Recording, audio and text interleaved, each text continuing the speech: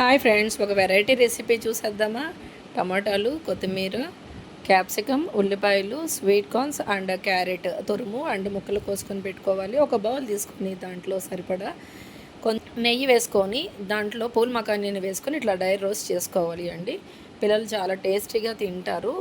మరి కోసి పెట్టుకున్నటువంటి ముక్కలన్నిటినీ ఒక బౌల్లో వేసుకొని కొంచెం సాల్ట్ వేసుకొని స్క్వీజ్ చేసేసుకోవాలి చేత్తో. దాంట్లోనే డ్రై రోస్ట్ చేసుకున్న పూల్ మఖానీని వేసుకొని మంచిగా కలుపుకోవాలి. దాన్ని ఒక ప్లేట్లోకి తీసుకొని తర్వాత మనకి గార్నిష్ చేసుకోవాలి. ఈ విధంగా కొంచెం పచ్చిముక్కలు ఉంచుకోవాలి. అవన్నింటినీ కూడా ఇలా గార్నిష్ చేసుకోవాలి. ఫ్రెష్ లెమన్ పీస్ తీసుకొని దాన్ని లెమన్ జ్యూస్ని స్క్వీజ్ చేసుకోవాలి.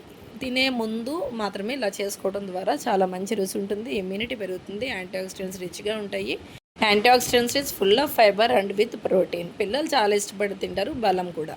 మరిన్ని వెరైటీస్ కోసం ఛానల్ సబ్స్క్రైబ్ చేయండి, లైక్ చేయండి, షేర్ చేయండి.